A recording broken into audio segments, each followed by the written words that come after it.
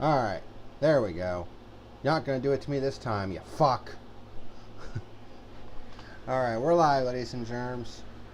And yes, this is a review that probably should have happened this past Monday. But I've been sick, and then I tried to do a quickie one on Wednesday, and the fucking microphone was turned off. So yay for that. But I'm going to do a real quick review of the Ally 400 from Nashville the previous week. I promised I would do it, so I promised you'd get a double header of the fuel today. So here's the first part of that double header. So let's get into it. This is the fuel.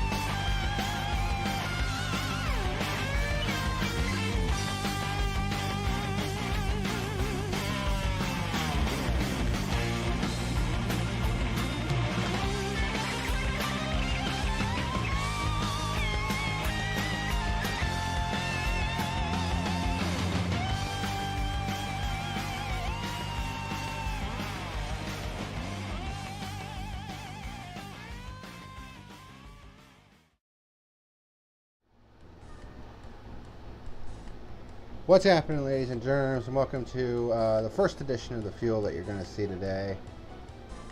This is the Packer Man, and still trying to get over this sickness that I've been dealing with over the past week, but I am feeling better, much better.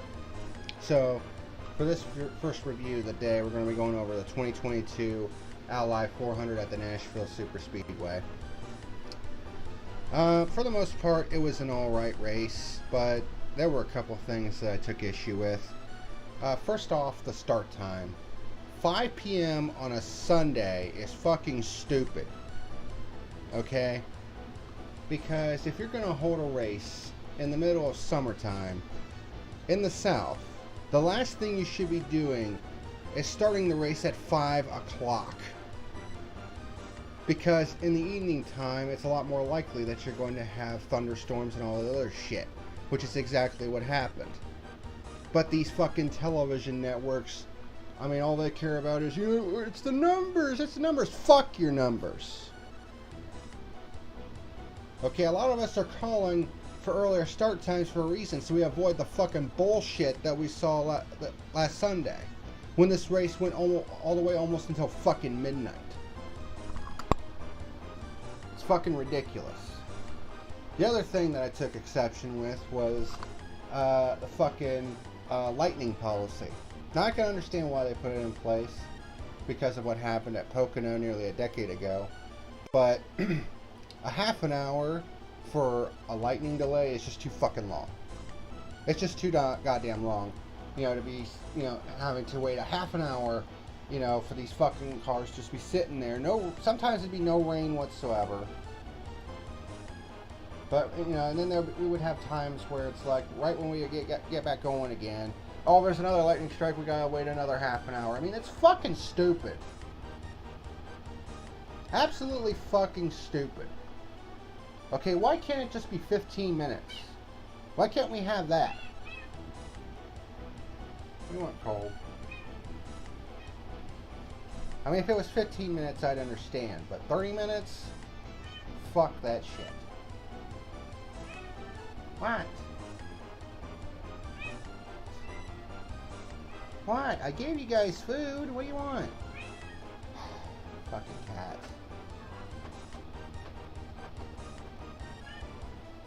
Wow. Bunch of shitties. Anyways. All of the news of the week stuff I'm going to save for the Road America review, which you'll see later on this evening. When that race gets done, that race doesn't start until 3, which is, that's whatever. It's at Road America. But there's some shit going on that they're leading some people to believe that Road America might not be on the schedule next year, which would be a fucking travesty. But we'll get to that when the time comes. So I'm going to save the news of the week stuff for the Road America review. So let's just go ahead and get into this review and get it done and over with. So it's the Ally 400, a 143rd episode of the Fuel. Title of this review is Midnight Concrete, because this race pretty much ran all the way until midnight on a concrete racetrack, hence the name. I'm trying to come up with unique titles for my videos, alright? But it starts to get harder and harder when you start getting into, you know, having this many episodes. You have unique titles. But anyways, let's get into it. Only one car had to go to the rear of the field, and that was Kyle Busch for repairs. So the stages broke down like this. Stage 1 was 90 laps, Stage 2 was 95 laps, and Stage 3 was 115 laps, which makes up 300 laps for a 400-mile race. So let's get into Stage 1, which was 90 laps. Denny Hamlin started from the pole. Chase Elliott wiggles a bit going into turn 1, but hangs on. Suarez gets by Logano for 3rd, and Chastain gets by Logano for 4th. Hamlin, who led the first lap, had an almost 3-second lead 20 laps in. The JGR cars early on were really good in this race. Suarez gets by Larson for 2nd. Kyle Busch, who had to start from the rear, was already up to 15th after 30 laps. Chastain gets by Larson for 3rd, and Bell also gets by Larson for 4th. Josh Bilicki was slow on the track, and that led to our first caution on lap 42 for Bilicki being slow, but was still moving, but it was actually back up to speed when they didn't even go to pit road and was still going around. And NASCAR did confirm the caution was for Bilicki. That was another thing that really fucking pissed me off from this race. The officiating was fucking stupid in terms of the throwing of the cautions or not throwing of cautions. It's like, this has been such a problem for me for years now. The officiating in NASCAR is absolutely fucking garbage. I mean, I don't know what it is they have to do to get to the level where the officiating is not trash, but I mean, they need to fucking step it up and get better, because the officiating right now is just fucking trash. Just yet another dumb caution to add to a long list of dumb cautions from this year. And then lightning causes a 30-minute delay, and it actually turned into a 63-minute red flag because of fucking lightning. No rain, by the way. Yeah, good fucking policy, whoever put that into place, you dumb fuckers. Anyways, everyone comes in for service. Hamlin wins the race off pit road, so he leads on the restart. We have free wide in the mid-pack. Chastain had to come back in before the green, before a loose wheel. Byron has an issue and has to go behind the wall. Turns out it was a steering rack issue. Under that red flag, he kept saying that it seemed like there was something off with the steering, and, well, then it turned out to be something bigger. We had our second caution on lap 51 when Alex Bowman spins in turn 1 after Corey LaJoie makes contact with the 48, does major damage, and hats. Seriously. And causes major damage to the 48, and he ends up falling out of the race. Hamlin leads on the restart. Truex had one of his great runs around the outside, and it was one of his strengths, was on the restarts on the outside lane, because he was just zooming around the outside. Made it all the way up to 3rd on this one restart, and challenges Suarez for 2nd and takes it. Bell gets by Larson for 7th. Then we have our 3rd caution on lap 61. Chase Briscoe, going into turn 1, tries to block Ross Chastain's move to go 3 wide. Chastain actually backs off, but what happened was Briscoe had a bad angle going into turn 1. He was down really, really low and didn't have a really good angle going in, and that actually caused him to drift up the racetrack towards Ty Dillon in the 42, who was on his outside, The 14 gets loose, gets into Dillon, and both end up spinning out. And that's what caused the caution. So Hamlin leads on the restart. Truex has another great run around the outside and zooms into the lead in turn 1, which really makes me wonder why Hamlin didn't take the outside on the restart, knowing what Truex had did the previous restart. Suarez starts dropping back a bit. He was actually up to second at one point, but then started dropping back to the field. Bubba Wallace and Kyle Busch, who had to start near the rear, was now up into the top 10. We have a battle for third between Blaney and Harvick. Hamlin tries to close back in on Truex for the race lead, but Martin Truex Jr. MTJ wins stage number 1 after a good battle with Hamlin. The first part of this stage was garbage. The second part was actually pretty good, especially with the battle between Hamlin and Truex. Everyone comes in for service. Logano takes 2 tires and wins the race off pit road. And Eric Almirola gets caught for speeding. So now we come to stage number 2, which was 95 laps. Logano leads the start of stage 2. Truex with another great outside restart to get the lead. Again, why didn't Logano start on the outside? Hamlin gets stuck between Harvick and Bubba Wallace. Blaney gets by Logano for second. Kyle Busch gets by Bell for fourth. Cindric with an unscheduled pit stop. He thought he had a loose wheel, but it didn't seem to turn out to be anything. Kyle Busch gets by Logano for third as Logano is dropping back a bit. Blaney tries to challenge Truex for the race lead. We have a battle for 7th between Elliott, Logano, and Hamlin. Then we have a 4th caution on lap 118 for rain. It was just a minor rain shower. It eventually moved out, but NASCAR was just being cautious because they didn't want another New Hampshire from last year. Remember that shit? Everyone comes in for service. Truex wins the race off pit road, but Larson gets nabbed for speeding. Wallace reports an issue and has to return to pit road. Turned out he had a loose wheel.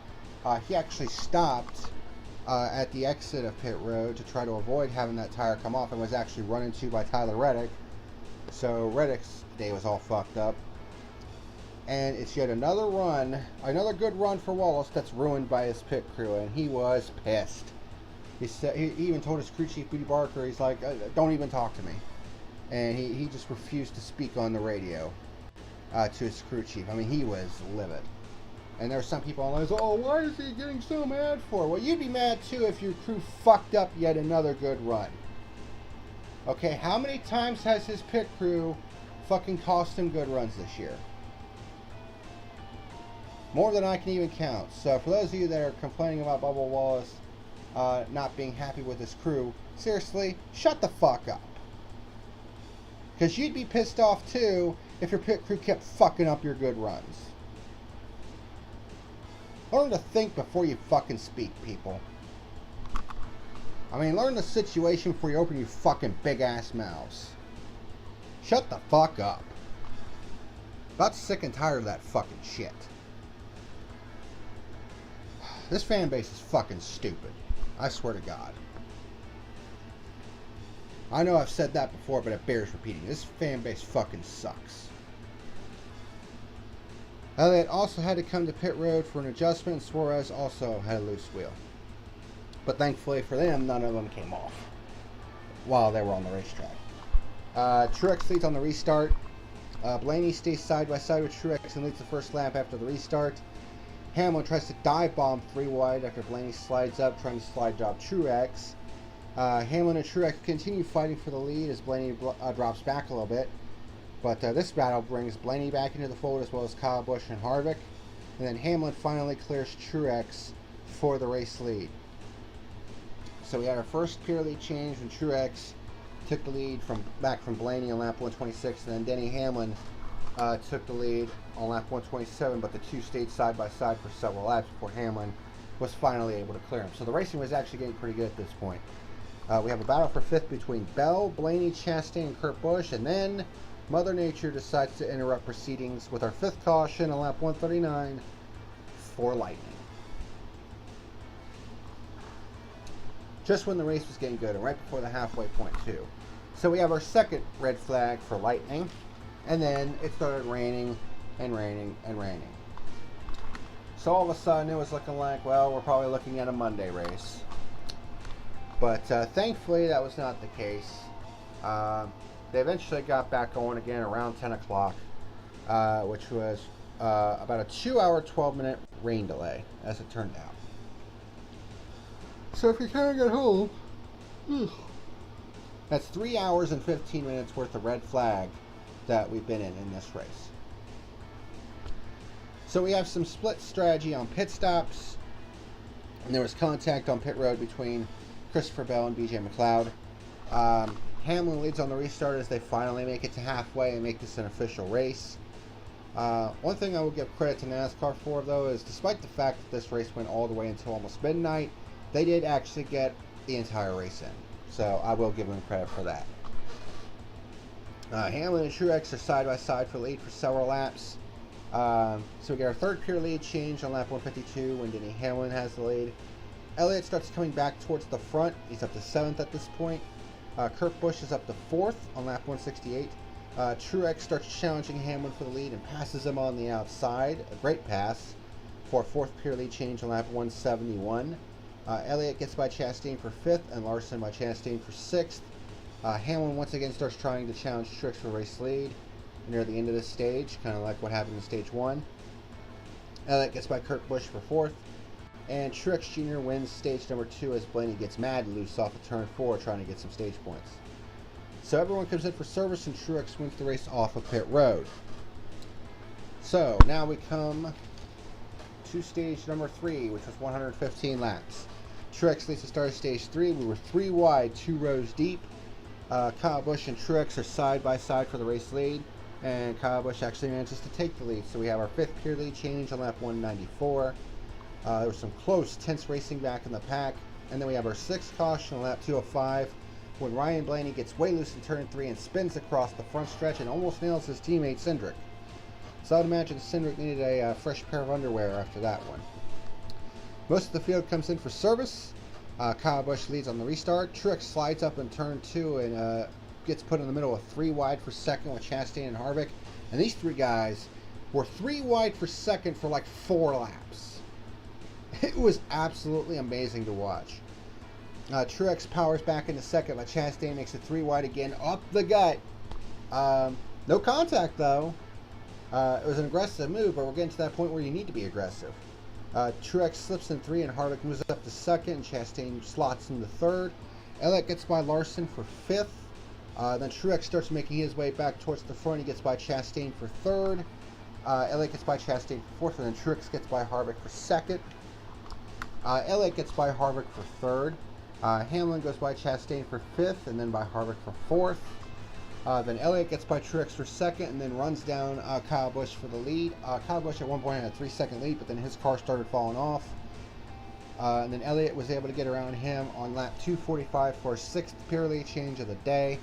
Truex gets by Kyle Busch for 2nd, and that was when Truex and Kyle Busch kick off green flag pit stops on lap 248.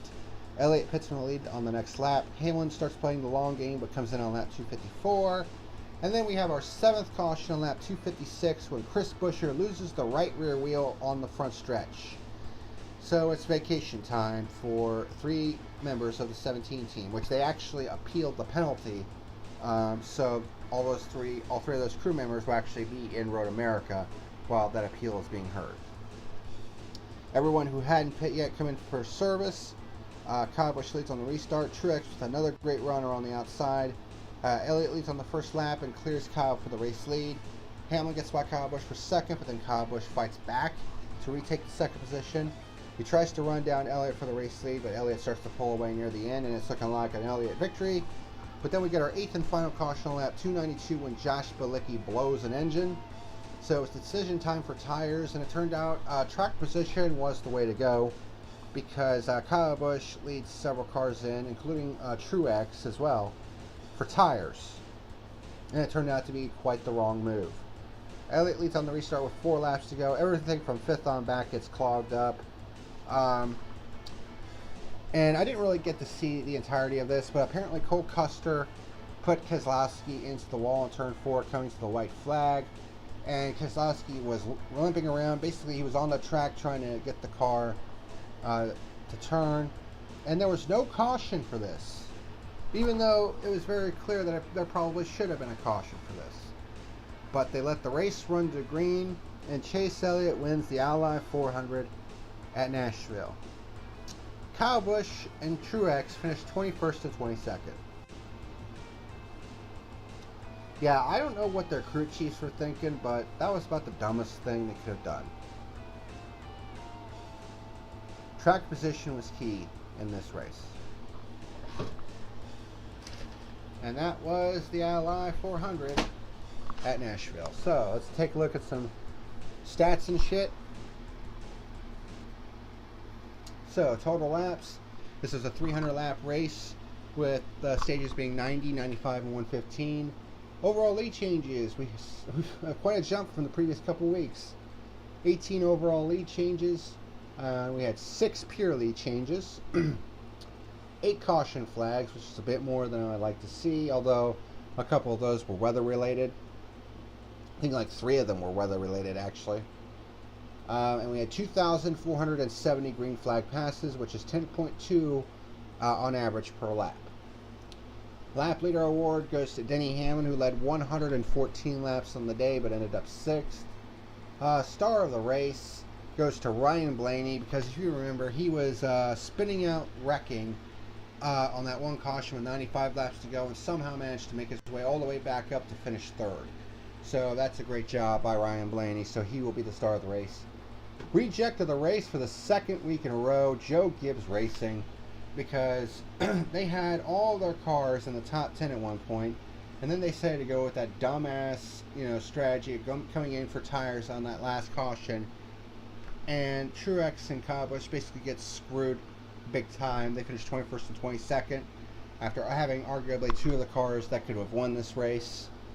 I mean, what the fuck, man? That was absolutely stupid. So, Joe Gibbs Racing for the 2nd week in a row is rejected of the race. Just whatever. So, race results for the Ally 400 at Nashville. Chase Elliott with the win. Led 42 laps on the day. Kurt Busch with a great run. Started 19th, ended up finishing 2nd. He led 3 laps. Ryan Blaney, as I said, recovered from that spin to finish 3rd. Kyle Larson, who was not really that good in the middle portion of the race, but still ends up with a top 5 run, so good for him. Ross Chastain with a 5th place run, just continuing his consistent season. I mean, out of all the drivers in this season so far, it seems like the only one who's been had any level of consistency is Ross Chastain. And you'll see that with the F1 points here in a little bit. Like what the points would look like if they were using the current F1 system. Denny, and honestly, with a system like that, in this case, I mean, it really shows you how good some drivers have been this year. And how consistent and how good their season has been.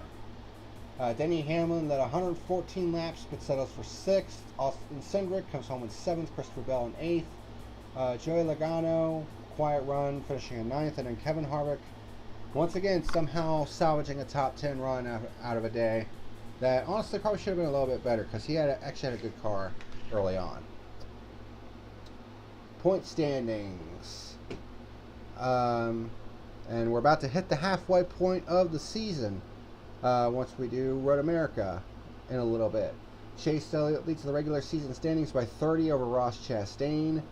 Ryan Blaney up to 3rd with his good run. Kyle Busch drops to 4th. Joey Logano is 5th. Then you have Kyle Larson, Martin Truex Jr., Christopher Bell, William Byron, and Alex Bowman in the top 10. The rest of the top 20 guys that are right now in the playoff and also trying to get in. You have Kevin Harvick, Aric Almirola, Tyler Reddick, Austin Dillon, Kurt Busch, Eric Jones, Austin Cindric, Chase Briscoe, Daniel Suarez, and Denny Hamlin. A lot of these guys have won a race this year. In fact, when you look at who's won a race this year, nobody's won more than 2 races. Like, that's how crazy this season has been. The level of parity that we've seen this season in the Cup Series has been unbelievable. We're 17 races into this season. We're near the halfway point of this season, and nobody's won more than 2 races. It's just mind-blowing. So, F1 standings. All 3 divisions competed at Nashville. So, here's what the truck standings look like if they use the F1 points. Zane Smith has now taken over the lead over John Hunter Nemechek by 23 points. Ben Rhodes. I don't know what the hell is going on with Ben Rhodes. He started off hot. Like really hot. At one point, he had a 60-point lead in the F1 standings. But man, they have cooled off big time. And they are now 51 points behind Zane Smith. That's a 110-point swing. Yeah, I don't know what they need to do, but they need to turn it around fast. Chandler Smith, 4th. Then you have Ty Majeski, Christian Eckes, Stuart Friesen, Carson Osavar, who still has that broken leg.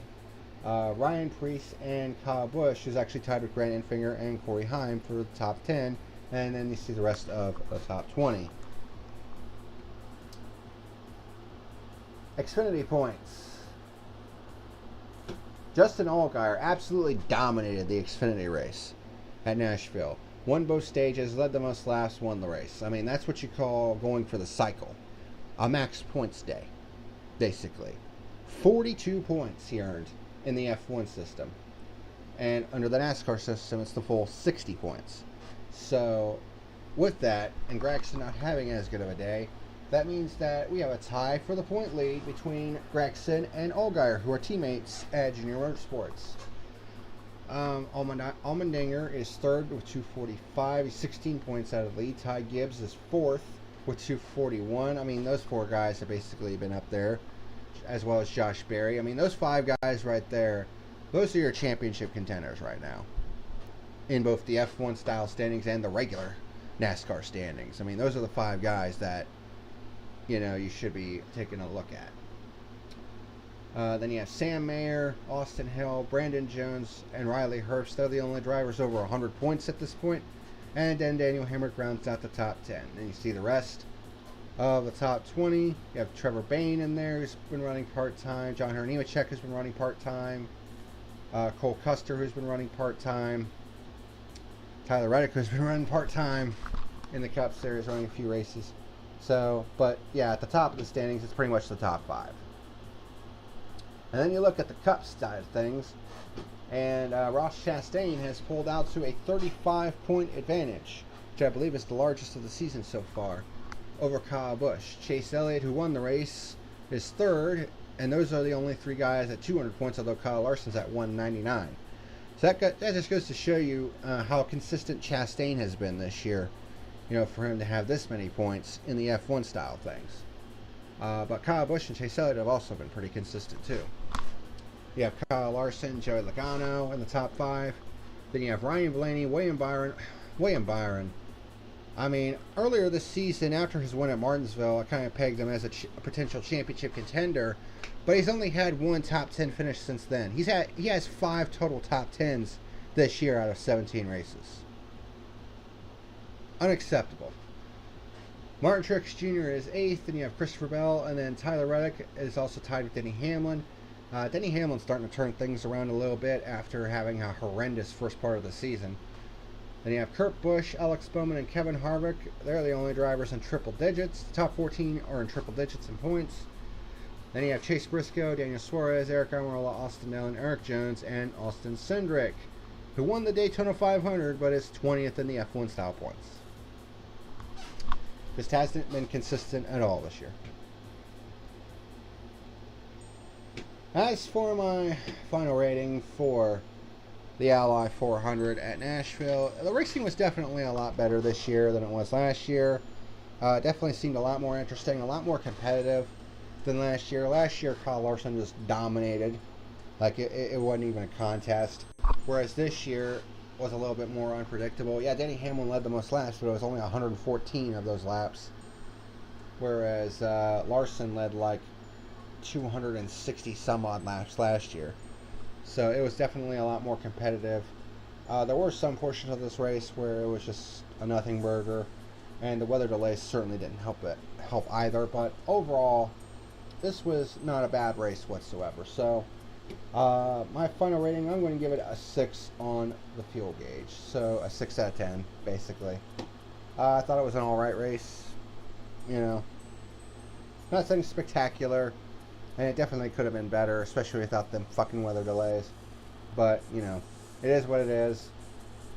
You know, we'll move on and see what happens going forward.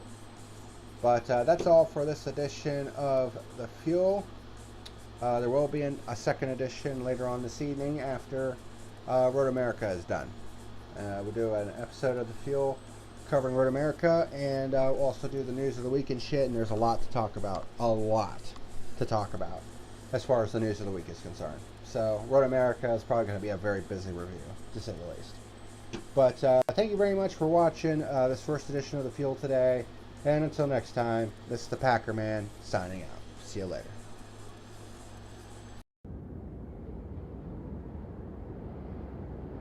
Thank you for watching tonight's video. Be sure to like and subscribe, you jackweeds.